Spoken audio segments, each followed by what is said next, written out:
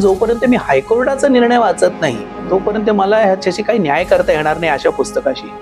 आता हायकोर्टाचा निर्णय हा जवळपास 6,000 पानांचा. कोर्टाचे जे काही डॉक्युमेंट्स माझ्या हाती आले त्याच्यामध्ये कुठेही मुसलमानाने भगवान श्रीरामांवरती काही वाईट बोललेले नाहीये. कोर्ट जे इनडायरेक्टली म्हणतो त्याला मी डायरेक्टली असं म्हणतं की हे सर्व करत असताना दोन्ही समाजांमध्ये काय तुम्ही आग लावताय. त्याला खूप आवडला त्याच्यात. ते म्हणाला खूप उत्तम लिहिलेलं आहेस पण आता लिहिण्याची काय गरज आहे. मंदिर हवं होतं मंदिर मिळालं ना आता कशाला लिहिताय. म्हणूनच मला लिहायचंय. नमस्कार, मी प्रतिभा चंद्रन आणि तुम्ही बघत आहात नवराष्ट्राचा विशेष पॉडकास्ट. आजचा जो पॉडकास्ट आहे तो आपण एका लेखकाशी करणार आहोत आणि ते लेखक आहेत अरविंद सिंगजी, जे खरं म्हणजे जुने माझे सहकारी सुद्धा राहिलेले आहेत. पण आज जो पॉडकास्ट आहे त्याचा विषय आहे तो द रोग हिस्टॉरियन्स. हे अरविंद सिंग यांनी जवळपास तब्बल 5 वर्ष अगदी सखोल असा अभ्यास करून केलेलं हे पुस्तक. हे पुस्तक नुकतंच मुख्यमंत्री देवेंद्र फडणवीस यांनी त्याचं प्रकाशन केलेलं आहे आणि त्यानंतर या पुस्तकाची चर्चा आहे. या पुस्तकाची चर्चा या कारणास्तव आहे म्हणजे या पुस्तकाबद्दल मी तुम्हाला सांगेन की सेल्फ पब्लिकेशन आहे त्यांचं. ते स्वतः लेखक आहेत. अतिशय अभ्यासपूर्ण आणि संपूर्ण संशोधन करून नंतर ते एखादं पुस्तक हाती घेतात. खूप वर्ष त्यांनी ह्याच्यावर काम केलेलं आहे. पुस्तक अवश्य विकत यासाठी घ्या की तुम्हाला केवळ अयोध्या किंवा त्या अनुषंगाने झालेले खटले हा एक भाग झाला, पण त्याशिवाय भारतामध्ये इतिहासाचं एकंदर विद्रुपीकरण करणारे, त्याचा विपर्यास करणारे जे इतिहासकार होऊन गेले, ज्यांना अनेक वर्ष आपल्या देशामध्ये मान्यता होती, त्यांच्या अनेक गोष्टी ज्या आहेत त्या तुम्हाला या पुस्तकामधून कळतील आणि त्यामुळे हे पुस्तक अतिशय महत्वाचा असा दस्तावेज ठरतं. अरविंदजी, तुमचं खूप खूप स्वागत. धन्यवाद प्रतिभाजी. पहिल्यांदा मला तुम्हाला विचारायचं की हे पुस्तक जर हातात घेतलं तर त्याच्यामध्ये म्हणजे खूप एंगेजिंग आहे आणि तुम्ही एकदा वाचायला सुरुवात करता तेव्हा या पुस्तकामध्ये असे अनेक पैलू असतात. खरं म्हणजे यातला बराचसा जो मजकूर आहे तो कुठे ना कुठेतरी पब्लिक डोमेनमध्ये आहे. तथापि त्याचं तुम्ही जे एक सुसूत्रीकरण केलेलं आहे ते खूप एंगेजिंग आहे आणि प्रत्येक वेळी काही ना काहीतरी नवीन त्यातून समोर येतं की जे असं वाटतं की अरे हे असं पण होतं का. तर तुम्ही हे पुस्तक जेव्हा हाती घेतलं तर कुठला तरी एक ट्रिगर असतो की या विषयावर पुस्तक लिहावं असं वाटतं आपल्याला. तुमचा काय होता तो नेमका? पहिल्यांदा मी तुमचा धन्यवाद म्हणेन, कारण एवढं मोठं पुस्तक जसे आपण एक अकॅडमिक पुस्तक लिहितो आणि ते एंगेजिंग आहे असं जेव्हा ते लेखकाला ऐकायला येतं तेव्हा ते फार बरं वाटतं. कारण आपल्याकडं असं आहे की मोठं पुस्तक म्हणजे किचकट, अरे बा कोण वाचायचं एवढं मोठं, हे असं आहे. पण त्यातही तुम्हाला ते एंगेजिंग वाटलं, हे मी काहीतरी छोटं मोठं जे काही अकॉम्प्लिश केलं ह्याचं मला बरं वाटतं.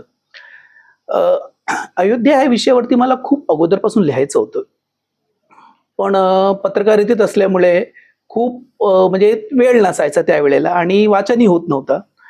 मग 2018 मध्ये मी पत्रकारितेला रामराम ठोकला आणि त्याच्यानंतर मग मी लिखाणाकडे आलो. नोव्हेंबर 2021चा जो निर्णय लागला तर तो निर्णय वाचून मग मला असं वाटलं की ह्याच्यावरती आपण कुठंतरी एक छोटेखानी पुस्तक करावं. लोकांना तो निकाल काय आहे, हो, जसं लोकांच्या मध्ये एक म्हणजे विपर्यास झाला होता की हे इतिहासाला धरून नाही पण हे हिंदूंच्या आस्थेला धरून आहेत आणि नरेंद्र मोदी यांचं सरकार आहे आणि सर्व आपल्या जेवढे काही संस्था आहेत हे कॉम्प्रोमाइज झालेले आहेत. तर त्याच्यातून हे कुठंतरी निर्णय लागलेला आहे हिंदूंच्या बाजूने, पण इतिहासाचा जो कौल आहे तो हिंदूंच्या विरोधाने आहे. सुप्रीम कोर्टाचा निर्णय वाचल्यानंतर मला तसं काही जाणवलं नाही. सुप्रीम कोर्टाने एक सिव्हिल सूटचा जो एक ज्युरिडिकल प्रिन्सिपल असतं, बरोबर, त्याच्यामध्ये तो निर्णय दिलेला आहे. मग मला असं वाटलं की हे लोकांना समजावं. तो निकाल जवळपास 1200 पानांचा होता. मग मला असं वाटलं की आपण एक छोटंसं 200 पानी पुस्तक करावं, लोकांना त्याच्याबद्दल एक लोकांना कळेल तो निर्णय काय आहे. तो निर्णय वाचताना मला असं वाटलं की जोपर्यंत मी हायकोर्टाचा निर्णय वाचत नाही तोपर्यंत मला ह्याच्याशी काही न्याय करता येणार नाही अशा पुस्तकाशी. आता हायकोर्टाचा निर्णय हा जवळपास 6,000 पानांचा होता आणि पूर्ण कोरोनाच्या काळात जे 2-2.5 वर्ष जे काही आपल्याकडे लॉकडाऊन होता त्याच्यामध्ये मी सुप्रीम कोर्टाचा निर्णय आणि हायकोर्टाचा निर्णय हे वाचून काढलं. इतिहासकारांच्या वरती हा पुस्तक करावा आपण, हे जर तुम्ही अयोध्या मुवमेंट किंवा ती चळवळ जर तुम्ही फॉलो केली असेल तर हे कोण इतिहासकार होते, दोन्ही बाजूचे कोण कोण इतिहासकार होते त्याच्याबद्दल लोकांना कल्पना होती, ज्यांना हा विषय माहित होता.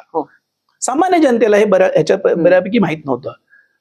हायकोर्टाचा जो निर्णय होता तो त्याच्यामध्ये ह्या इतिहासकारांवरती जबरदस्त आशेर उडलेले होते की त्यांच्यामुळे हे इतिहासाचंच नाही पण दोन्ही समाजात ही दुही जी तयार झालेली आहे त्याच्यात कुठेतरी या इतिहासकारांचा रोल आहे असं मी म्हटलेलं नाही. ही जरी माझी भावना किंवा माझ्यासारख्या तमाम लोकांची जरी भावना असेल पण ते हायकोर्टाच्या निर्णयात अधोरेखित झालेलं आहे.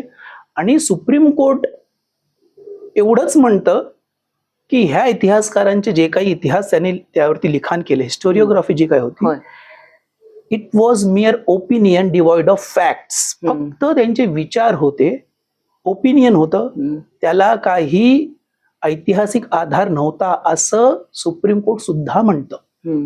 म्हणून मग तो धागा घेऊन मला असं वाटलं की आता जेवढं काही फेक न्यूज आणि ह्या सर्व गोष्टी चालतात तर मला वाटलं की हे लोकांना हे माहीत असायला पाहिजे की फेक न्यूज ही तर छोटी गोष्ट आहे, आपण रोज त्याच्या सामोरे जात असतो. पण एक फेक नॅरेटिव्ह, आणि जो फेक नॅरेटिव्ह हे 40-50 वर्ष चालला आणि अजूनही कुठंतरी एक समाजातला एक घटक आहे जो हे मानतो की जो आज राम मंदिर झालेला आहे ते चुकीच्या निर्णयामुळे झालेला आहे, त्याचा ऐतिहासिक आधार नाहीये, तो फक्त हिंदूंचं सरकार होतं, नरेंद्र मोदींचं सरकार होतं म्हणून तिथे झालेलं आहे. तर त्याला एक खोडण्याचा माझा हा प्रयत्न आहे. आता हे पुस्तक जेव्हा लिहित होतो अर्थातच आपण ते क्रोनॉलॉजी जी आहे ती थोडक्यात घेऊया की टायटल सूट जो आहे तो दाखल झाला, त्यानंतर त्याच्यामध्ये सुन्नी वक्फ बोर्ड असेल किंवा म्हणजे हे सगळे एकत्रित येऊन खरं म्हणजे हा प्रश्न जर पुन्हा ह्या इतिहासकारांनी मध्यस्थी केली नसती आणि इंटरव्हेन केलं नसतं तर आधीच सुटला असता असं वाटतं का? आणि तो दोन्ही बाजूनी सामोपचाराने सुटला असता असं वाटतं का? सामोपचाराने सुटला असताना त्याच्यासाठी खूप प्रयत्न झाले, दोन्ही बाजूंकडून प्रयत्न झाले. मी असं म्हणणार नाही की फक्त हिंदूंकडून प्रयत्न झाले, तर मुसलमानांकडून प्रयत्न झाले. कारण जेव्हा तुम्ही चर्चेला कुणातरी बोलवता तो चर्चेला येतो म्हणजे तुम्ही सामोपचाराने एक पहिलं पाऊल उचललं गेलं दोन्ही बाजून, हे स्पष्ट असतं. ते सुद्धा चर्चेला आले. झालं असं की त्यांच्या बाजूने येताना ती जी काही त्यावेळेला बाबरी मस्जिद ऍक्शन कमिटी होती आणि इथे विश्व हिंदू परिषदेची लोक होती. तर असं वाटतं जे मी माझ्या ह्याच्याने एव्हिडन्स म्हणजे कंटेम्पररी त्यावेळेस जे इंग्रजी वर्तमानपत्र जे काही लिखाण येत होतं त्याने मी दाखवण्याचा प्रयत्न केलेला आहे की हे काही इतिहासकार होते जे मागे ह्यांच्या पडद्याच्या मागे काहीतरी सूत्र हलवत होती ती लोक, असं हे मला दिसतं त्याच्यामध्ये आणि मी ते दाखवण्याचा प्रयत्न केलेला आहे. मग असं होतं की कधीही माझ्या तरी वाचण्यात ह्या पुस्तकात तरी मला कुठेही म्हणजे मी न्यूज रिपोर्ट जे काही मी माझ्या हाती आले आणि कोर्टाचे जे काही डॉक्युमेंट्स माझ्या हाती आले त्याच्यामध्ये कुठेही मुसलमानाने भगवान श्रीरामांवरती काही वाईट बोललेले नाहीयेत. उलट जे अयोध्येच्या मुसलमानांची जी फेरतपासणी झालेली आहे हायकोर्टात तिथे ते भगवान श्री रामचंद्र जी असं म्हणत आलेले आहेत. पण त्याच बाजूला उलट बाजूला जर तुम्ही ह्या इतिहासकारांचं लिखाण पाहिलं तर त्याने रामाच्या ज्या काही गोष्टी ते बोललेले आहेत ते हिंदूंच्या भावना दुखावणारेच होते. म्हणजे असं झालं की चर्चेत यायचं आणि भावना दुखवायच्या, मग चर्चा होऊ शकत नव्हती त्याच्यामध्ये. बरोबर आहे. मग हा रामाचा जन्म जो आहे तो अयोध्येतलाच नाहीये, राम हा मुलातच नाहीये, रामचं बर्थ सर्टिफिकेट इथपर्यंत त्या गोष्टी गेलेल्या आहेत. त्याच्यानंतर राम हा इजिप्तचा होता, अयोध्या ही अफगाणिस्तानमध्ये होती, राम आणि सीता भाऊ बहीण होते, रामाची मुलगी ही सीता होती, रावणाची मुलगी ही सीता होती आणि रावण हा रामापेक्षा जास्त शिकलेला आणि जास्त कीर्तिवंत, यशवंत आणि दयाळू वगैरे होता असा दाखवण्याचा जो प्रयत्न झाला, मग चर्चेत येताना मग ती चर्चा होऊ शकत नाही.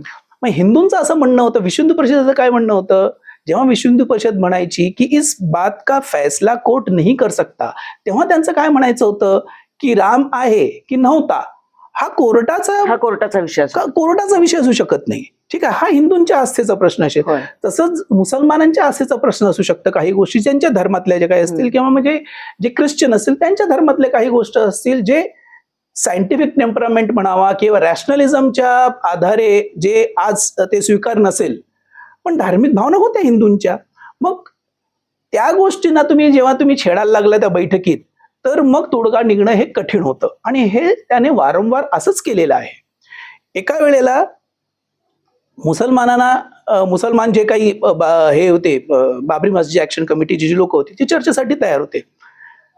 म्हणजे इतिहासकार जे पुरावे साक्ष त्यांच्याकडून देत होते ते रामाच्या अस्तित्वावरतीच किंवा रामायणाच्याच अस्तित्वावरती हे प्रश्न उपस्थित करणार होते. मग ते हिंदूंना ते मान्य नव्हतं. तरीही एवढं असून सुद्धा जे काही गव्हर्नमेंटच्या ज्या रिपोर्ट्स आहेत किंवा जे मिनिट्स त्या चर्चेच्या दौरान तयार झालेले आहेत त्याच्यामध्ये म्हणतात की हे असून सुद्धा हिंदू चर्चेला तयार होते. अयोध्या सेल तयार केली होती नरसिम्हा रावने. त्या अयोध्या सेलने बॅकग्राऊंड पेपर तयार केलं होतं.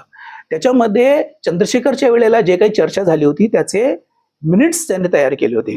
त्या मिनिट्समध्ये असं लिहिलेलं आहे की काही मुठभर इतिहासकाराने ह्याला पूर्ण वेगळं वळण दिलं, म्हणून त्याचा तोडगा काढणे हे शक्य नव्हतं त्यावेळेला. मी काही उल्लेख असा पण पाहिला की गँग ऑफ फोर म्हणजे त्या इतिहासकारांबद्दल तुम्ही थेट नावं घेऊन सांगू शकता की याच्यामध्ये अर्थातच पुढे चालून रोमिला थापर वगैरे आहेत, पण ज्या थेट नावं जी आहेत ती इतिहासकारांची की ज्यांनी यामध्ये वेगळी दिशा देण्याचा प्रयत्न केला. हो, ते 4 इतिहासकार होते. त्यांचं नाव होतं आर्यश शर्मा, जे पटना युनिव्हर्सिटीवरून दिल्ली युनिव्हर्सिटीला आले होते. त्याच्यानंतर DN झा, ते दिल्ली युनिव्हर्सिटीचे होते. मोहम्मद अथर अली हे अलीगढ मुस्लिम युनिव्हर्सिटीचे होते आणि सूरज भान हे कुरुक्षेत्र युनिव्हर्सिटीचे होते. ते आर्किओलॉजिस्ट होते. हे 3 इतिहासकार आणि एक आर्किओलॉजिस्ट. ह्यांना त्या चर्चेत बाबरी मस्जिद ऍक्शन कमिटी आणि विश्व हिंदू परिषदेच्या चर्चेत हे मुसलमानांच्या बाजूने म्हणजे बाबरी मस्जिद ऍक्शन कमिटीच्या बाजूने हे चर्चेत आले होते असं. मग तिथे ते आल्यानंतर ते असं म्हणतात की आम्ही पुरावे पाहिलेले नाही आहेत अजून. म्हणजे विश्व हिंदू परिषद जी काय साक्ष देते आहे त्याच्यामध्ये ऐतिहासिक असतील, वाङ्मयीन असतील, त्याच्यानंतर किंवा पुरातात्विक असेल, हे आम्ही अजून पाहिलेले नाहीयेत. मग आम्हाला त्यासाठी वेळ हवाय. मग वेळ कितीचा पाहिजे तर 3 महिन्याचा वेळ पाहिजे आम्हाला. मग त्या चर्चेत असं झालं की ह्याच्या अगोदर तुमचं जेवढं काही लिखाण आहे त्यात मुळात पैकी बऱ्यापैकी सर्वात मोठं लिखाण केलं होतं ते आर्यश शर्माने केलं होतं.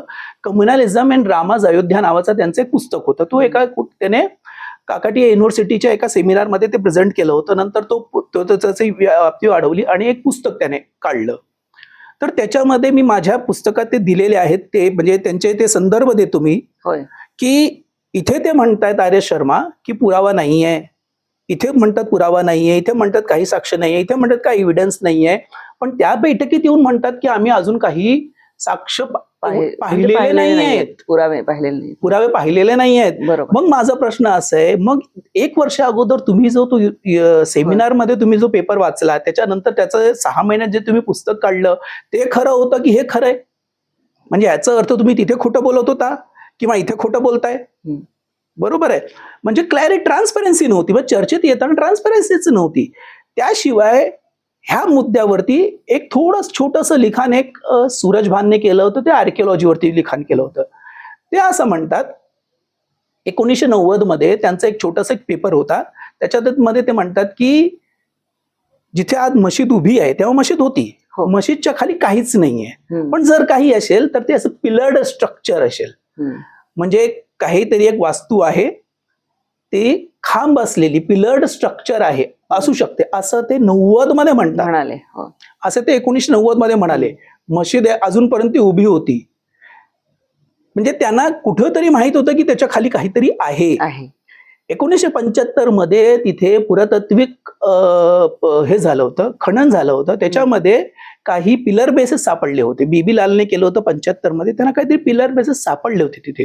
त्याच्यातून हे स्पष्ट झालं होतं की बाबरी मशीद ज्याच्या खाली काहीतरी आहे. ठीक आहे. मग त्या बैठकीत येऊन म्हणायचं की काहीच नाहीये खाली, आम्ही सर्व पुरावे पाहिलेले आहेत. म्हणजे मग तुम्ही 90 मध्ये जे काही लिहिलं की they are likely to be a pillared structure, म्हणजे ते खोटं होतं की आता खोटं बोलताय तुम्ही हे. आणि त्याशिवाय DN झा होते आणि मोहम्मद अतर अली, ह्या लोकांनी अयोध्येवरती काही लिखाण केलं नव्हतं. आणि RS शर्मा हे एन्शंट इंडिया शिकवणारे होते, ते मेडिवल इंडिया शिकवत नव्हते. DN झा हे एन्शंट इंडियाचे स्कॉलर होते. मोहम्मद अतर अली फक्त मेडिवल इंडिया शिकवायचे. आणि सूरज भान हे आर्किओलॉजिस्ट होते. आर्किओलॉजिस्ट होय. ठीक आहे. मग ह्या चौघाने मग एक रिपोर्ट तयार केला. ते बैठकीत आले पहिल्या दिवशी, दुसऱ्या दिवशी बैठकीतून दांडी मारली. त्याच्यानंतर त्या लोकांनी त्या चौघांकडून कधीही आम्ही त्या बैठकीत का आलो नाही स्पष्ट कधीच केलेलं नाही त्याने. मग त्याच्यानंतर ते दोन RS शर्मा आणि सूरज भान हे दौऱ्यावरती गेले साक्ष गोळा करण्यासाठी. त्याची फंडिंग ISHR ने दिली, ICHR ने दिली. बर. तेव्हा ICHR चे सर्व इरफान हबीब होते. हो. म्हणजे गंमत बघा, बाबरी मस्जिद ऍक्शन कमिटीच्या इतिहासकारांना सर्वे करण्यासाठी जे फंडिंग ग्रांट केली ते ICHR ने केली, इरफान हबीबने केली. म्हणजे हा कॉन्फ्लिक्ट ऑफ इंटरेस्ट बघा. ऍब्सोल्युटली. आणि त्याच्यानंतर त्याने एक रिपोर्ट तयार केला, historians report to the nation. Yes. त्याला मी केलेला आहे historians miss report to the nation. आणि मग ते पूर्ण, आणि मी फक्त असं केलेलं असं नाहीये, माझ्याकडे खूप काही लोकांनी त्याची चिरफाड केलेली आहे. मी एकदम थोडक्यात त्या विषयावरती घेतलेलं आहे की त्यांची मोडस ऑपरेंडी काय होती. त्या रिपोर्ट तयार करताना त्याची मोडस ऑपरेंडी काय होती त्याच्यावरती मी अटॅक केलेला आहे. फॅक्ट्स तर झिरोच आहे त्याच्यामध्ये. मग हे झाल्यानंतर जेव्हा खटला सुरू झाला, मग ह्या लोकांची इन्व्हॉल्वमेंट झाली आणि पुढे जसा खटला गेला, म्हणजे आधीच्या टायटल सूट मधून मग तो हायकोर्टामध्ये गेला, नंतर सर्वोच्च न्यायालयामध्ये गेला. त्यामध्ये टप्प्याटप्प्याने आणखी हिस्टोरियन्स त्यांच्या सगळ्या इकोसिस्टीम मधले जे होते त्यांनी त्यामध्ये कशा प्रकारे काही विपर्यास केला आणि तो कसं मांडत गेले. ते असं झालं की ह्या जो सिव्हिल सूटची जी सुनावणी सुरू झाली ती 1996 मध्ये सुरू झाली. आणि 1996 ते 2006 मध्ये खऱ्या अर्थाने त्याची सिरियसली सुनावणी सुरू झाली. त्याच्या अगोदर फक्त चालायचं असाच ऍटिट्यूड कोर्टाचा सुद्धा होता. 1996 ते 2006 पर्यंत 10 वेळा जजेस त्याचे बदलले गेले, 10 वेळा. ह्याचा तर सुनावणी कधी सुरूच झालेली नाहीये. पण ज्या काही खटल्यामध्ये जे काही क्रॉस एक्झामिनेशन वगैरे सुरू झाले होते ते 2002 पासून सुरू झाले होते त्या इतिहासकारांचे, दोन्ही बाजूंचे इतिहासकारांचे. आणि 2003 नंतर आर्किओलॉजीची रिपोर्ट आली आणि मग 2005 पासून आर्किओलॉजी एजन्सी उलट तपासणी आणि त्यांचे ॲफिडेव्हिट्स वगैरे हे सर्व सुरू झालेले आहेत.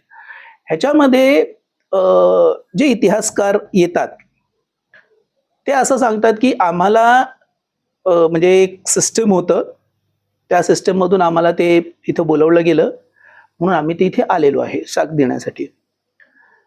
गंमत म्हणजे त्याच्यामध्ये मी 6 इतिहासकार घेतलेले आहेत. त्याच्यामध्ये एकाच इतिहासकाराने अयोध्येवरती काहीतरी लिहिलेलं आहे. सुशील श्रीवास्तव नावाचे प्रोफेसर होते अलाहाबाद युनिव्हर्सिटीचे. त्यांचं डिस्प्युटेड मॉस्क नावाचा एक 150 पानी पुस्तक आहे. त्याशिवाय कुणी काहीही लिहिलेला नव्हता. माझा प्रश्न असा आहे, मग का आले ही लोक?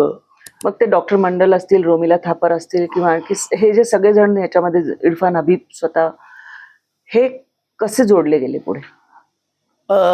पहिल्यांदा मी धनेश्वर मंडल यांच्याबद्दल बोलतो. डी मंडल हे एक आर्किओलॉजिस्ट होते. त्यांच्याकडे आर्किओलॉजी कुठली डिग्री नव्हती, त्याने फक्त MA केलं होतं, पण ते प्रोफेसर झाले. तो इकोसिस्टम त्यांचा तसंच चालायचा. त्याने 1993 मध्ये त्याने एक पुस्तक लिहिलं होतं, अयोध्या आर्किओलॉजी आफ्टर डिमॉलिशन. डिमॉलिशनच्या नंतरची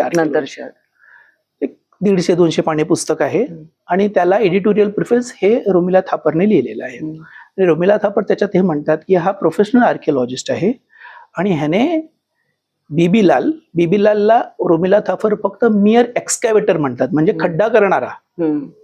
आणि जो ASIचा डायरेक्टर होता बरोबर, त्याला ते मियर एक्सकॅव्हेटर म्हणतात आणि जो टेक्निकल असिस्टंट होता त्याला ते प्रोफेशनल आर्किओलॉजिस्ट असं म्हणतात. गंमत अशी आहे की ते पुस्तक लिहिण्या अगोदर डी मंडल हे अयोध्येला गेलेच नाही आहेत आणि हे त्याने कोर्टात मान्य केलं की ते पुस्तक त्याने लिहिताना ते अयोध्येला गेलेच नाहीत. इमॅजिन करा, हा विषय असा आहे की तुम्ही इंग्लिश लिटरेचरचा अभ्यास करताय तर तुम्हाला शेक्सपियरच्या गावात जाण्याची गरज नाहीये. जर तुम्ही शेक्सपियरवरती अभ्यास करताय, तुम्हाला तेवढी ऊर्जा असेल तर तुम्ही जा, बरोबर, ठीक आहे, पण जाण्याची गरज नाहीये तिकडे. तुम्ही गणिताचा अभ्यास करत असाल तुम्ही रामानुजनच्या गावात जाण्याची गरज नाही. तुम्हाला जायचं असेल तर जा, पण गरज नाहीये. पण काही विषय असे असतात की तिथे तुम्हाला जावं लागतं. आर्किओलॉजी असा विषय आहे की त्याचा अभ्यास करताना तुम्हाला तिथे पाहावं लागतं. तुम्ही कशाचं वर्णन करताय, ते कसं दिसतंय, ते कोणत्या काळात तयार झालेलं आहे, त्याची उंची, लांबी, रुंदी काय आहे, ते कुठून सापडलेलं आहे, जमिनीत किती खाली होतं, हे सर्व सांगण्यासाठी तुम्हाला ते जाऊन त्याचे मेजरमेंट करावे लागतात. पण तो व्यक्ती गेलंच नाही आणि त्याने ते पुस्तक लिहिलेलं आहे आणि ते पुस्तक साक्ष म्हणून कोर्टासमोर आलेलं आहे, कोर्टासमोर दिलेलं आहे. म्हणजे त्या पूर्ण पुस्तकाची क्रेडिबिलिटी ह्याच्यावरूनच जाते. जेव्हा लेखक म्हणतो की मी हे घरी बसून लिहिलेलं पुस्तक आहे, मी तिथं गेलेलोच नाहीये. ते मंडल होते आणि मंडल असं म्हणतात त्याच्यामध्ये त्याच्यामध्ये एक शिरीन रत्नाकर हे मुंबईचे आर्किओलॉजी आहेत, ते JNU मध्ये होते. बरोबर, त्यांनाही कोर्टाने बरेच ताशेरे खूप जबरदस्तच आहे. ते सर्वच म्हणजे उघडे पडलेले आहेत. म्हणजे तोंड घशी पडणे थोडंसं सॉफ्ट असेल, ते उघडे पडलेले आहेत ते सर्व.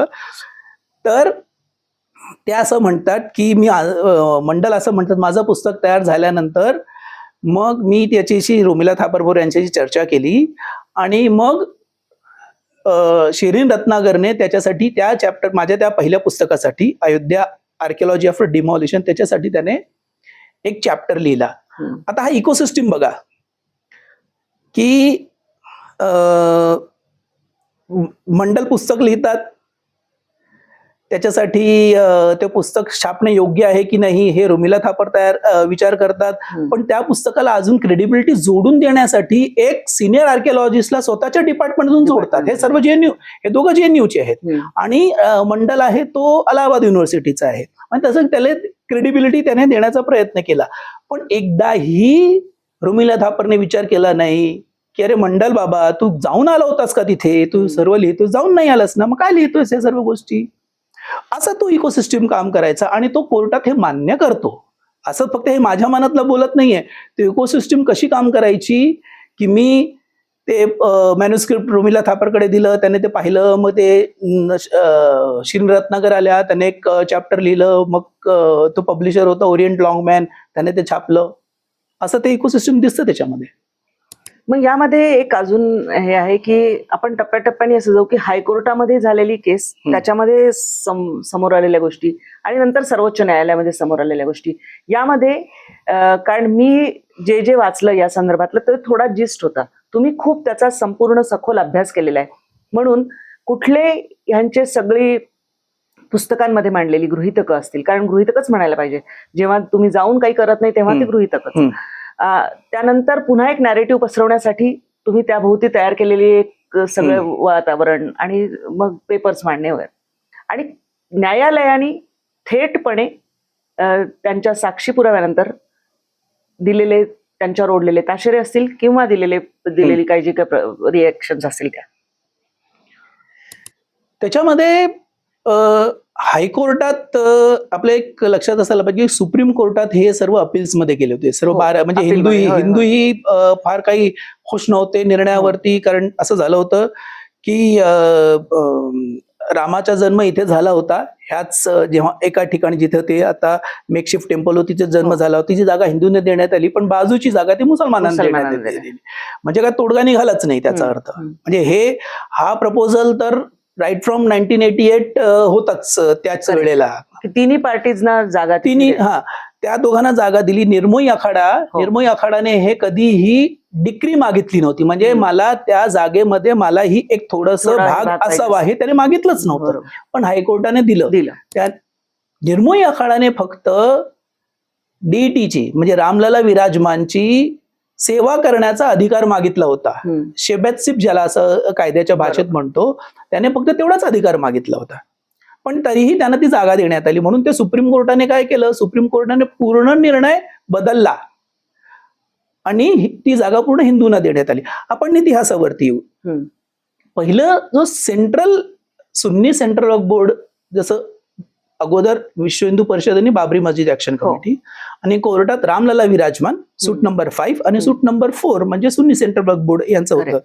सुन्नी सेंट्रल वक्फ बोर्डचं जे सेंट्रल प्ली होतं की बाबर हा एम्परर होता, शहनशाह होता, तो आला, त्याने अयोध्येत ती जागा पाहिली, तिथे एक मशीद बनवली आणि तिथून तो निघून गेला, तिथून तो आग्र्याला गेला. आणि तसं करताना इथे कोणतीही वास्तू नव्हती, कोणतीही वास्तू त्याने पाडली नाही, पण बाजूचे जे काही डेब्रीज वगैरे असेल त्याचा वापर करून त्याने ते एक मंदिर उभं केलं. आता 2003 मध्ये जेव्हा आर्किओलॉजीची रिपोर्ट आली, त्याच्यात हे स्पष्ट झालं की तसं नाही आहे, त्याच्या खाली पण एक मोठी वास्तू सापडली. आता ह्याच्यामध्ये ह्या इतिहासकाराने आणि ह्या आर्किओलॉजिस्टने हे आपलं गोलपोस्ट ज्याला म्हणतो ना ते बदललं. पहिलं हे म्हणायचे तिथं काहीच नव्हतं, आता म्हणायला लागले की अच्छा बरं, जे काही खाली होतं ना मशिदीच्या खाली किंवा त्यावेळेला जे काही मंदिर होतं त्याच्या खाली सुद्धा मशिदच आहे. आता हे हास्यास्पद होतं की सूरजभान हे क्रॉस विटनेस म्हणून आले. 1990 मध्ये ते असं म्हणतात, they are likely to be a pillared structure under the surface, असं ते 1990 मध्ये म्हणाले. पण ते पिलर्ड स्ट्रक्चर काय असेल ते आयडेंटिफाय करत नाहीत. म्हणजे गँग ऑफ फोर्स असं त्याचा तुम्ही उल्लेख केला, त्याच्यामध्ये त्या रिपोर्टमध्ये historians report to the nation त्याच्यामध्ये असं म्हणतात, it's likely to be a animal shelter, म्हणजे काहीतरी गोठा वगैरे, गायींचा गोठा वगैरे तिथे काहीतरी असण्याची शक्यता आहे. म्हणजे पहिल्यांदा ते म्हणाले की पिलर स्ट्रक्चर आहे, त्याच्यानंतर म्हणले गायीचा गोठा, हे 2 वर्षात बदललेत ते. ठीक आहे, रिपोर्ट आल्यानंतर त्याने गोलपोस्ट चेंज केला, ते म्हणाले नाही आता हे खाली जे काही गायीचं गोठा वगैरे काही नव्हतं, आता हे इथे मशीदच होती. पण ते सुन्नी सेंट्रल वक्फ बोर्डच्या प्लीच्या विरोधात होती, कारण त्यांचं असं म्हणणं होतं खाली काहीच नव्हतं ना, फक्त वरती मशीद बांधली होती.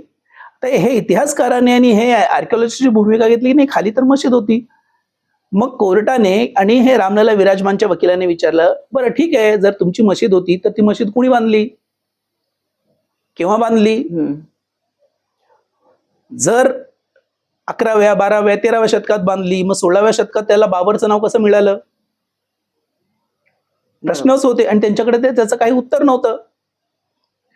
तर हे असे गोलपोस्ट शिफ्ट करत गेले ना. म्हणजे कसं आहे, कोर्टासमोर जेव्हा तुम्ही बदलत राहता तर कोर्टाला दिसतं किंवा तुमच्यात काहीतरी खोट आहे, तुम्ही हे एकसारखं तुमचे गोलपोस्ट शिफ्ट होत आहेत ना, तुमच्यात काहीतरी खोट आहे.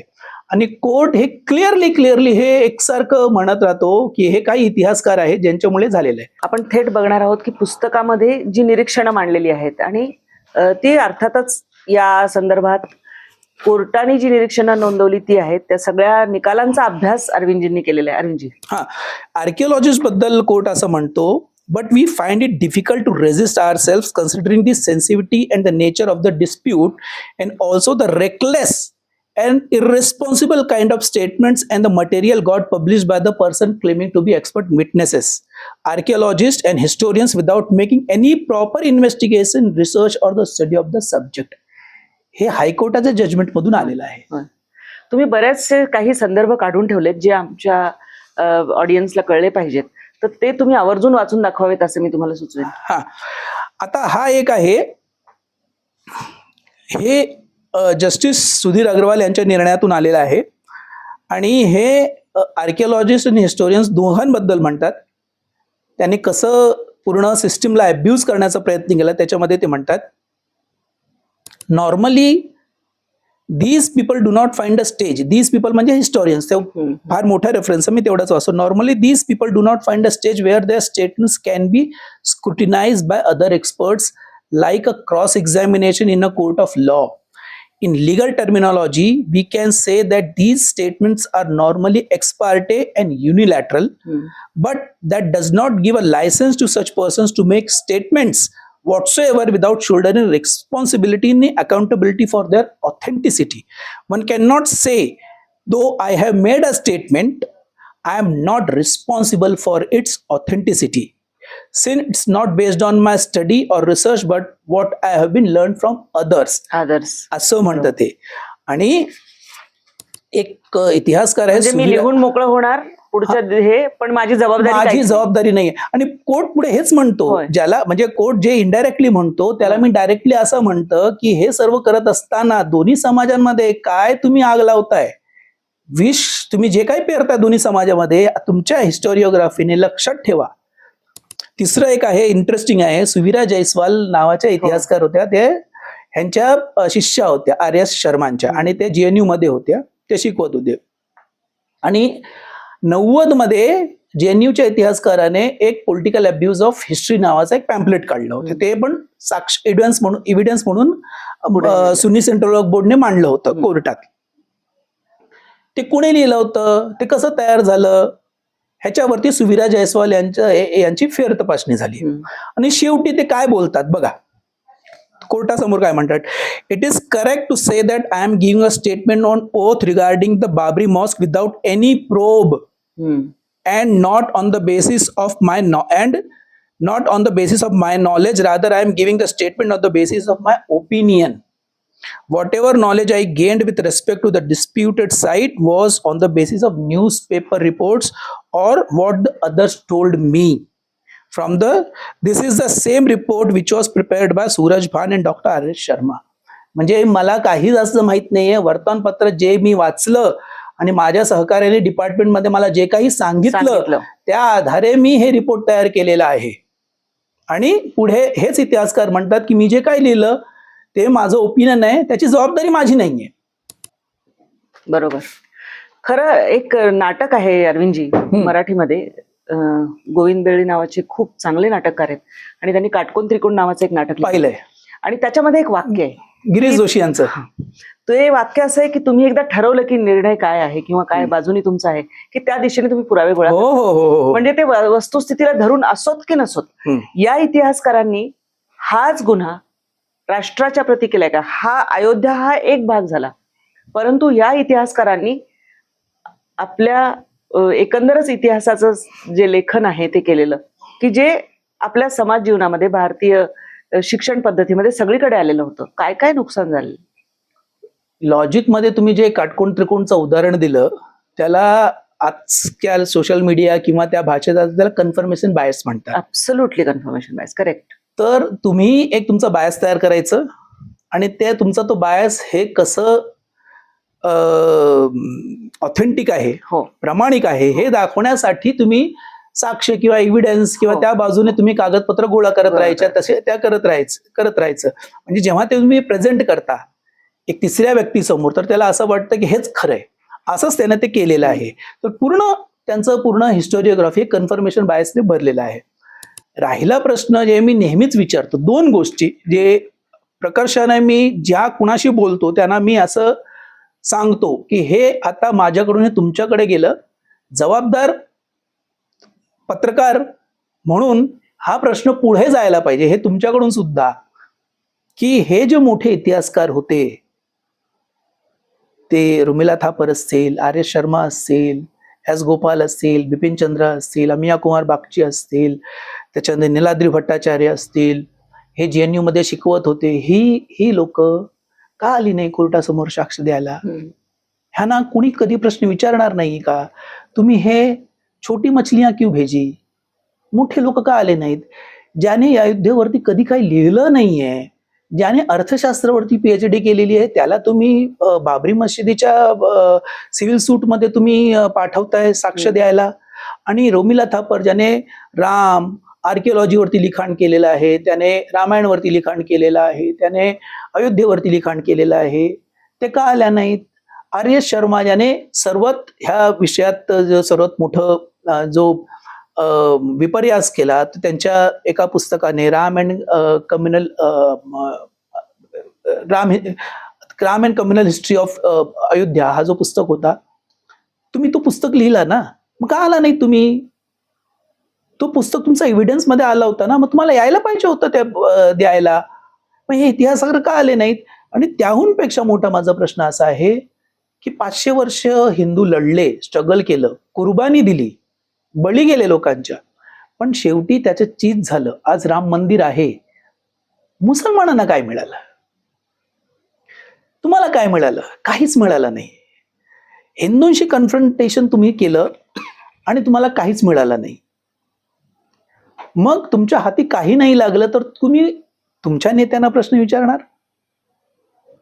तुम्ही त्या इतिहासकारांना प्रश्न विचारणार की असं का झालं? पण आजही त्यांच्या समाजातून प्रश्न हा सुप्रीम कोर्ट आणि हायकोर्ट आणि नरेंद्र मोदींना प्रश्न विचारण्यात येत आहे. का? कारण हे जे इतिहासकार आहेत अजूनही इकोसिस्टीम त्यांच्या बाजूने आहे. आजही इंग्रजी वर्तमानपत्रात असतील किंवा वेब पोर्टलमध्ये आजही त्यांचा बोलबाला आहे. म्हणून आपलं कमीपणाला पावण्यासाठी हे कोर्टाकडे बोट दाखवतात, हे नरेंद्र मोदीकडे बोट दाखवतात, हे इलेक्शन कमिशनकडे बोट दाखवतात, हे दुसऱ्याकडे बोट दाखवतात. पण तुम्ही त्यांना एक ब्लाइंड ॲली मध्ये घेऊन गेलात. होय. ठीक आहे. आणि समोर काहीच त्यांना मिळालं नाही मुसलमानांना. मग त्याने तुम्हाला प्रश्न विचारू नये म्हणून ते दुसऱ्याकडे डिफ्लेक्ट करतायत. पण मुसलमानांनो, मी पुस्तकाच्या शेवटच्या चॅप्टरमध्ये असं म्हणतो की मुसलमान हा मार्क्सिस्ट हिस्टोरिओग्राफीने जरी त्याला असं वाटत असेल की त्याचा फायदा आहे, पण त्याचा लॉंग टर्म मध्ये नुकसान आहे. तो विक्टीम आहे.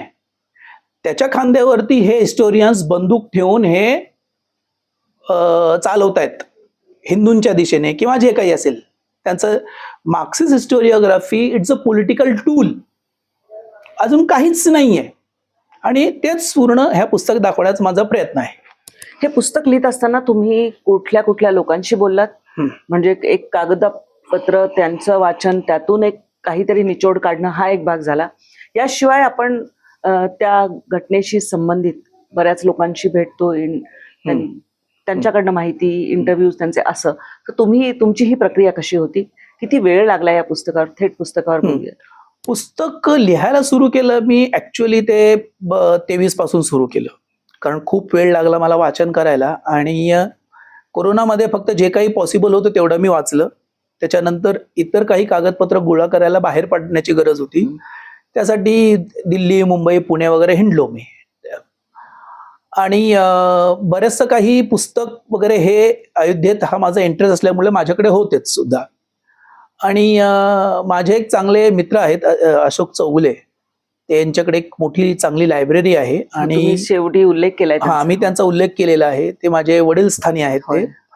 आणि त्याने त्यांच्याकडे 92 पासून अयोध्येवरती त्यांच्याकडे डिजिटल आर्काईव्ह त्याने तयार करून ठेवलेली आहे. हजारो आर्टिकल्स आहेत त्यांच्याकडे. आणि म्हणून त्याची मला मदत झाली. माझं सर्वात मोठी अडचण जी काही होती ती होती आर्किओलॉजीची रिपोर्ट. ती मला सापडत नव्हती आणि ते कुठंच नव्हती. आणि ते समहाव मला ते 24 मध्ये जाऊन, 24च्या शेवटी जाऊन मला सापडलं. माझं पुस्तक तयार होत होतं, पण मनात कुठंतरी होतं की अरे, जोपर्यंत ती रिपोर्ट नाही आहे ना तोपर्यंत ते पुस्तक होईल. पण जसं पुस्तक मला हवं होतं तसं होतं, कारण बऱ्यापैकी सुप्रीम कोर्टाच्या निर्णयामध्ये आणि हायकोर्टाच्या निर्णयामध्ये त्या रिपोर्टचा खूप काही रेफरन्स आलेला आहे.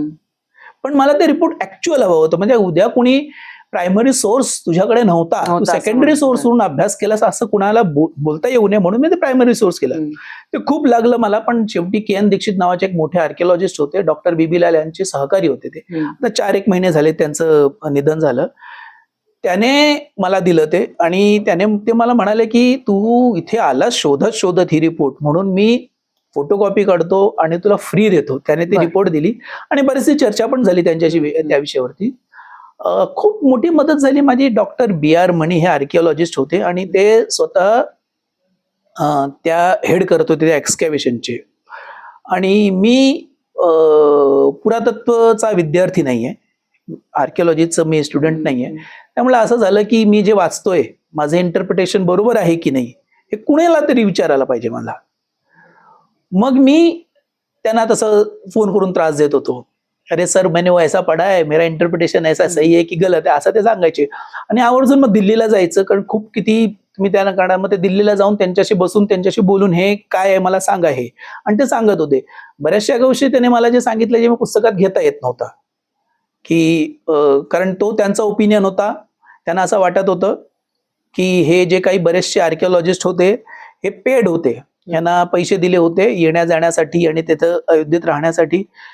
मग ठीक आहे असतील, ते पेड होते म्हणून त्याने सुन्नी सेंट्रल बोर्डच्या बाजूने साक्ष दिली असं असं त्यांचं म्हणणं होतं. पण तो त्यांचा ओपिनियन होता. मी त्याचा थोडासा उल्लेख करतो. शेवटच्या एक इरफान हबीबवरती माझा एक स्पेशल चॅप्टर आहे, त्याच्यामध्ये मी त्याचा उल्लेख करतो.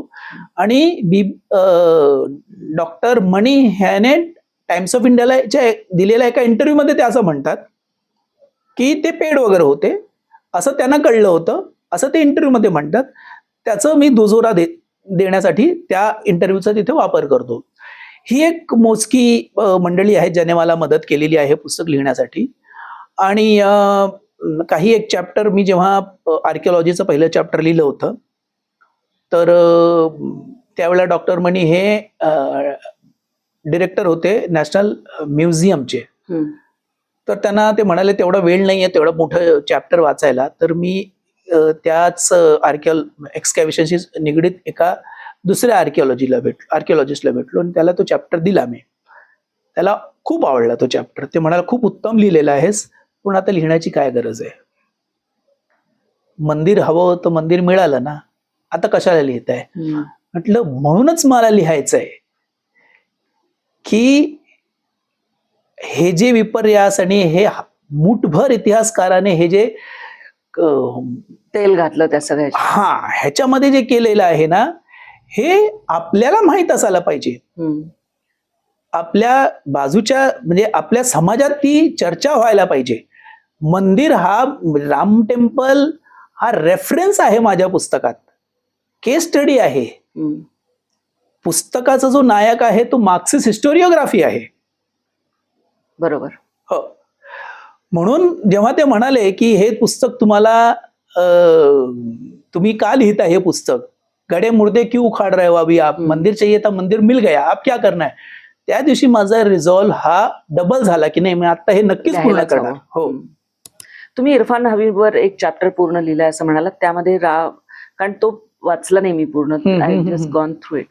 तर नेमके तुमचे निष्कर्ष त्यांच्याबद्दल इतिहासकार म्हणून काय आहेत? इरफान हबीबचं जो कॉन्ट्रीब्युशन याच्या अगोदर जे आहे ना ते खूप चांगलं आहे असं मला वाटतं. त्यांचा जो सेमिनल स्टडी आहे की रेव्हेन्यू सिस्टम इथे मुघल पिरियडचे जो अर्थकारण होता त्यावरती त्यांचं एक चांगलं पुस्तक, त्याच्यावरती जी PhD आहे आणि खूप अधिकाराने त्याने ते लिहिलेलं आहे. ते अतिशय उत्तम पुस्तक झालेलं आहे.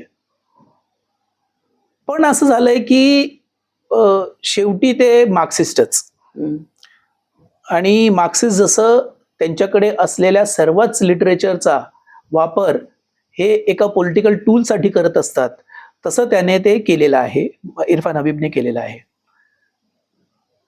ते सर्वांनीच केलेलं आहे. ते रुमिला थापरने केलं, RS शर्माने केलं, DD कोसांबीने केलेलं आहे, सर्वांनीच केलेलं आहे. इरफान हबीब मग ह्याच्या पुढे जातात ह्या विषयात आणि मग माझ्या नजरेत त्यांची संपूर्ण क्रेडिबिलिटी संपून जाते.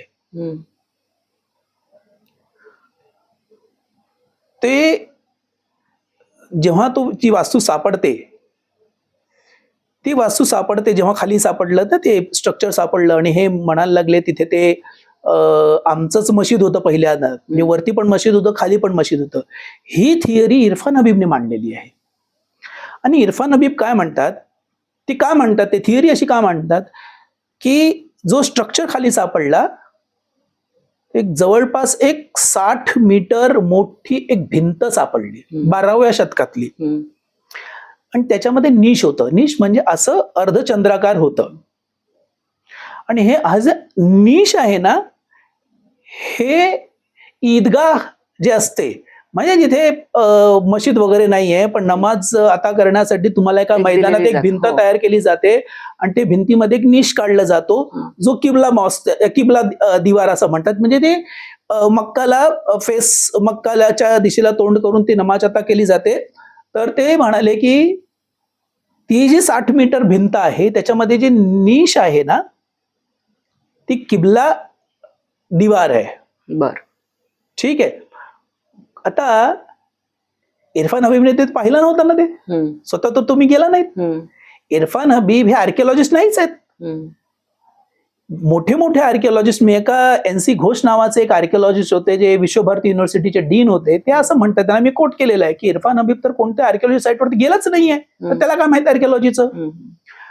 आणि ते एक निश म्हणतात, 60 मीटर भिंतीवरती एक मोठं अर्धचंद्राकार आकृती, पण गंमत अशी आहे त्याच्यामध्ये मल्टिपल निशेस होत्या. एक तर तुम्ही ते पाहिलं नाही, बरोबर. पाहिल्यानंतर नाही म्हणता तुम्ही एक निश आहे तिथे, आणि ते असं निश सांगतो. आहे म्हणजे ते किबला होतं, म्हणजे मक्काच्या दिशेला फेस करणार होतं. मुळात असं की 11व्या-12व्या शतकात केवढं मुस्लिम पॉप्युलेशन होतं की त्यांना मशीद बांधण्याच्या ऐवजी त्यांना एक भिंतच बांधली. बरोबर आहे की नाही? केवढं पॉप्युलेशन होतं तिथे. दुसरं, तुम्ही तर कधी पाहिली नाही ती भिंत, तुम्ही तर त्या साईडला गेलं नाहीत, तुम्हाला कसं माहित की एक निश होते की मल्टिपल निशेस होते. ते त्यात मल्टिपल निशेस आहेत. आणि आर्किओलॉजी त्याच्यामध्ये, आर्किओलॉजिस्ट काय म्हणतात की जसं आपल्या देवालयात छोट्या छोट्या असे निशेस असतात, चंद्रकार असतात, त्याच्यावरती दिवे ठेवले जातात. हो. ठीक आहे. आणि तो स्ट्रक्चर, ती भिंत जी आहे, जी भिंत आहे ती 60 मीटर लांबीची आणि ती 10 मीटर उंचीची आहे, आणि त्याच्यामध्ये मल्टिपल फेजेस झालेत कन्स्ट्रक्शनचे, आणि कोणत्या कोणत्या वर्षी कोणत्या कोणत्या वेळेला झालेले आहेत, कोणत्या विटा वापरून झालेल्या आहेत, आणि त्या विटा कशा तयार केलेल्या गेल्या आहेत त्याचंही सुद्धा डिस्क्रिप्शन आहे त्याच्यामध्ये. त्याचं सुद्धा डिस्क्रिप्शन आहे. तो एक झाला. त्याच्यानंतर एक इंटरेस्टिंग त्याच्यामध्ये आहे की विष्णुहरी एक शिलालेख आहे, विष्णुहरी शिलालेख. आता हा शिलालेख, विष्णुहरी शिलालेख सापडला होता मशीद जेव्हा तोडली गेली, तर 2 भिंतींच्या मध्ये ते शिलालेख लपवलं होतं. म्हणजे याचा अर्थ जे कन्स्ट्रक्शनच्याच वेळेला, तर हे कन्स्ट्रक्शन केव्हा झालं हे माहित नाही. 1528 मध्ये झालं, 1528चा एक उल्लेख आहे, पण तेव्हा झालेला नाहीये असं ज्या लोकांनी अभ्यास केलेला आहे ते म्हणतात. इव्हन हायकोर्टाच्या जजमेंट मध्ये पण असं आलेलं आहे की 1528 मध्ये झालेला नाहीये. मी अभ्यास केलाय, मलाही वाटतं की 1528 मध्ये कदाचित झालेला नाहीये. पण तो एक शिलालेख ज्याच्यामध्ये असा उल्लेख आहे की 11व्या-12व्या शतकात एका राजाने विष्णूचं मंदिर अयोध्येत बांधलं. तो शिलालेख मशिदीमध्ये, आता मशीद ते 16व्या शतकात झाली की 17व्या शतकात झाली, पण ज्या वेळेला मशीद झाली तो शिलालेख 2 भिंतींच्या मध्ये दाबून ठेवण्यात आलं होतं. 6 डिसेंबरच्या डिमॉलिशन मध्ये ते पडलं. पडल्यानंतर ते समोर आलं. आता इरफान हबीब काय म्हणतात की हा 12व्या शतकातला आहे, पण हे विश्व हिंदू परिषदेने कुठेतरी लपून ठेवलं होतं आणि ते प्लांट केलं. आता ते विश्व हिंदू परिषदेची लोक मूर्ख होती का? जर त्यांच्याकडे हे पुरावा त्यांच्याकडे होता तर 12व्या शतकात विष्णूचं मंदिर होतं जे तोडलं गेलं, हा पुरावा त्यांनी अगोदरच दाखवला असता ना. रात्री जाऊन त्यांना ते प्लांट करण्याची काय गरज होती? हे इरफान हबीबला एवढं साधं समजलं नाही. त्याच्यानंतर ते पुढे काय म्हणतात की हे प्लांट केलं, आणि हे कुठे होतं की एक दुसरा शिलालेख होता जे 1898 मध्ये सापडला होता. तर ते असं म्हणतात की हा तोच शिलालेख आहे जे 1898 मध्ये सापडला होता. हे विश्व हिंदू परिषदने स्मगल केलं आणि डिमॉलिशन प्लांट केलं, आणि आता ते सांगतायत की हे बघा, हाच तो विष्णुहरीचा मंदिर आहे. अरे जर त्यांच्याकडे असता, ते मान्य करतात ते 12व्या शतकातला शिलालेख आहे, हे मान्य करतात, म्हणजे असता तर ते विश्व हिंदू परिषदेने तेव्हा नसतं दाखवलं, सरकार समोर त्याची मांडणी केली नसते, डिस्प्ले केलं नसतं. म्हणजे एवढ्या थराला जाऊन त्यांना केलेलं आहे. आणि सर्वात मोठं म्हणजे एवढे मोठे इतिहासकार आहेत, इरफान हबीबने काय केलं की 2010च्या सप्टेंबरमध्ये निर्णय आला होय. आणि त्याने एक पुस्तक काढलं. त्या हायकोर्टाच्या निर्णयाच्या विरोधात त्याने एक पुस्तक काढलं. ते 6 डिसेंबरला काढलं. आता हे 6 डिसेंबरला ज्याने ते पुस्तक काढलं, तर त्याच्या त्या कार्यक्रमात ते काय म्हणतात की ते म्हणतात की आर्किओलॉजीच्या रिपोर्टमध्ये एक ॲनिमल बोन्स वरती एक चॅप्टर होता. ते ASIने डिलीट केलं फायनल रिपोर्टमध्ये. मला वाचून एवढा आनंद, म्हणजे मला हसायला आलं की ॲनिमल बोन्स वरती एक चॅप्टर होता, ते डिलीट केलं असा त्यांचा आरोप आहे. जर असं असतं मग ह्या आर्किओलॉजिस्टने एकदाही त्याचा उल्लेख कोर्टासमोर का केला नाही? करायला पाहिजे होतं की नाही? आणि ही माहिती कुणाला मिळते? जो ह्या सिव्हिल सूटच्या ऍक्टिव्ह प्रक्रियेचा, म्हणजे जे कोर्टात साक्ष देण्यासाठी आलेल्या व्यक्ती नाहीच आहे ना, तो जो त्या साईटवरती कधीच गेला नाही. तो निर्णय आल्याच्या 3 महिन्यानंतर म्हणतोय की एक चॅप्टर होता तो डिलीट केला. आणि जे तुम्ही 8 आर्किओलॉजिस्ट आले त्यांच्या बाजूने, एकानेही त्याचा उल्लेख केलेला नाहीये. आणि एक RC ठाकरे नावाचे एक आर्किओलॉजिस्ट होते. ते तर एकदमच म्हणजे तोंड घशी पडले, कपडे गेले, सर्वच झाले त्यांचं. इरफान हबीबने काय केलंय, त्याचाच ॲफिडेव्हिट रिप्रोड्यूस केलं या पुस्तकात. म्हणजे ज्या गोष्टीचं उत्तर कोर्टाने दिलंय ते परत रिप्रोड्यूस करायचं आणि सांगायचं ह्या गोष्टीचं उत्तर दिलेलं नाहीये. मग तुम्हाला काय करायला पाहिजे होतं? जर तुम्हाला खरंच त्याच्यावरती प्रश्न विचारायला पाहिजे होते, तर कोर्टाने दिलेला उत्तर आणि त्याचा ॲफिडेव्हिट हे एकत्र पब्लिश करायला पाहिजे होतं. पण त्याने काय केलं, फक्त ते ॲफिडेव्हिटचे कन्व्हिनियंट पार्ट त्याने रिप्रोड्यूस केलेले आहेत ह्याच्यामध्ये. आणि मी हे सांगतो बघा, हा पॅसेज हा RC ठाकरेंच्या ॲफिडेव्हिट मधून आलेला आहे. मग कदाचित असं तर झालं नसेल की हा ॲफिडेव्हिट इरफान हबीबने लिहिलं असेल आणि RC ठाकरेंना दिलं असेल. इथपर्यंत ते गेलेले आहेत. असे खूपच आहेत त्यांचे. मी अजून काय बरेचसे काहीच त्यांच्यावरती मी हे घेतलेले आहेत. तुमचे जे निष्कर्ष शेवटी पुस्तकामध्ये निघतात ते काय होते? नंतर तुम्ही हे कोणत्या कोणत्या इतिहासकारांना दाखवलं, त्यांच्याशी चर्चा केलीत, हे मला. माझा निष्कर्ष हे असंच आहे, जे मी सर्वांना सांगत आहे की मार्क्सिस्ट हिस्टोरिओग्राफी जो आहे हे एक राजकीय तंत्र आहे. त्यांना हवं असलेला त्यांच्या विचारांचा सेक्युलरिझम त्यांना हवं आहे, ज्याच्यामध्ये मायनॉरिटीजचा वरचष्मा असणार आहे आणि त्याच्यासाठी हे दिवस रात्र राबणारी लोक आहेत.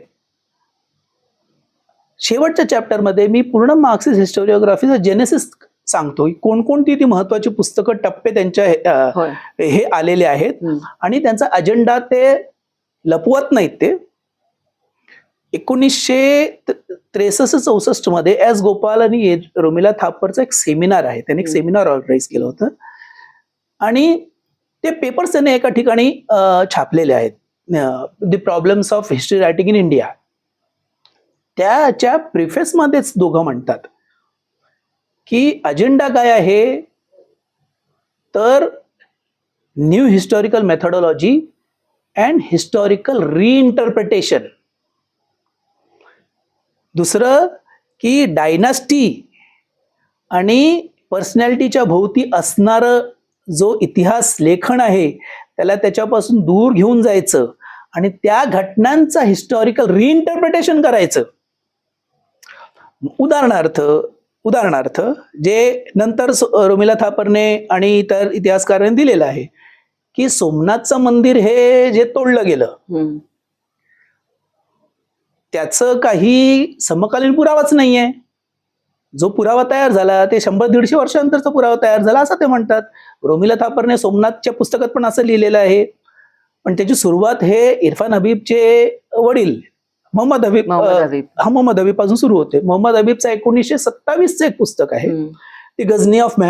दी गझनी महमूद ऑफ गझनी असं त्यांचं पुस्तक आहे. तिथून ते सुरुवात करतात की समकालीन पुरावा नाहीये. आणि ज्या पुराव्याचा ते उल्लेख करतात ते 150-200 वर्षानंतर लिहिलेला गेलेला आहे. त्याच्यामध्ये असं आहे की महमूद तिथे सोमनाथला पोहोचला, त्याने ते ज्योतिर्लिंग पाहिलं आणि ते ज्योतिर्लिंग हवेत तरंगत होतं आणि हे कळत नव्हतं की वरती काहीतरी आपण काय चुंबक लावलेलं आहे आणि खाली काहीतरी आहे की दोन्ही बाजूला आहे, ते कसं हवेत तरंगत होतं. म्हणून ते शोध लागला आणि त्याच्यानंतर मग भिंती तोडायला सुरुवात केली. त्या भिंतींमध्ये जे मॅग्नेट होतं ते बंद पडायला लागलेत, म्हणजे ते संपलेत. म्हणून तो ज्योतिर्लिंग खालीच पडला. मग त्याच्यानंतर त्याने तलवारीने मारून ते तोडलं. तोडल्यानंतर त्या ज्योतिर्लिंगामधून हिरे व जवाहिरात बाहेर आले आणि ते घेऊन गेले. असा तो पुरावा आहे. तो 150-200 वर्षाचा आहे असं पुरावा आहे. तर ते असं म्हणतात की हे एवढं डिस्क्रिप्टिव्ह लिहिलेलं आहे, ज्या व्यक्तीने लिहिलेलं आहे डिस्क्रिप्टिव्ह लिहिलेलं आहे, याचा अर्थ आहे त्या लेखकाने स्वतःच्या काय ते वाङ्मयीन काय आपण काय म्हणतो कल्पनाविलास केलेला आहे असं त्याने ते लिहिलेलं आहे. म्हणून हे किती सत्य आहे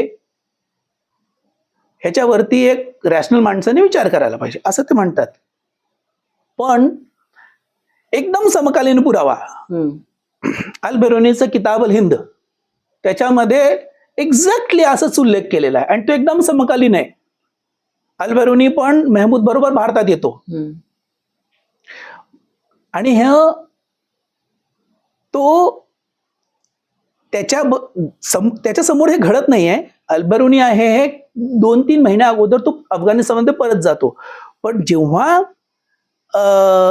ते सर्व ज्योतिर्लिंग ते तोडतात आणि त्याचे 3 तुकडे करतो तो आणि ते तिन्ही एक मक्काला पाठवतो आणि 2 तुकडे तो स्वतः घेऊन जातो.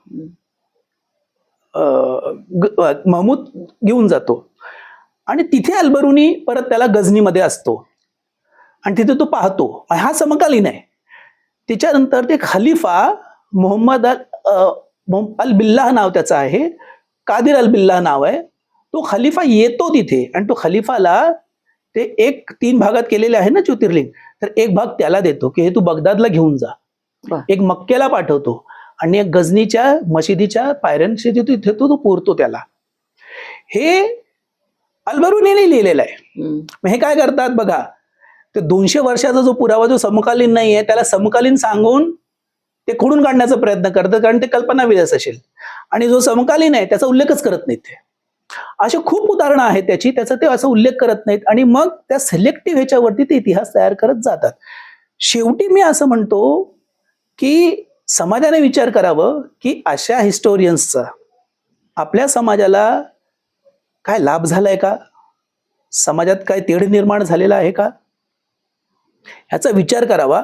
आणि ह्या इतिहासकारांना मी लिहिताना लोक विचारतात ह्यांना काहीतरी शिक्षा व्हायला पाहिजे. म्हटलं ह्यांना शिक्षा कसली व्हायला पाहिजे, ह्यांना रेप्युटेशनल कॉस्ट असायला पाहिजे, ह्यांची क्रेडिबिलिटी संपायला पाहिजे.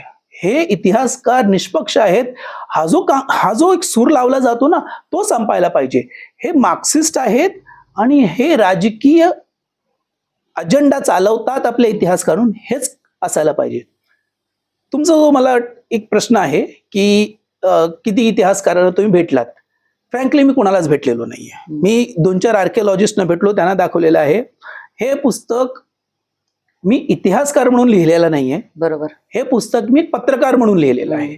पत्रकारितेत असताना आपण ज्या काही गोष्टी शिकतो, ट्रेनिंग असते, सोर्स, बातमी आली, बातमी खरी करण्याचं त्याचा आपल्याकडे एक व्यवस्था आहे. चेक करायचं, क्रॉस चेक करायचं, व्हेरीफाय करायचं आणि दुसऱ्या बाजूला सुद्धा ही बोलण्याची संधी द्यायची.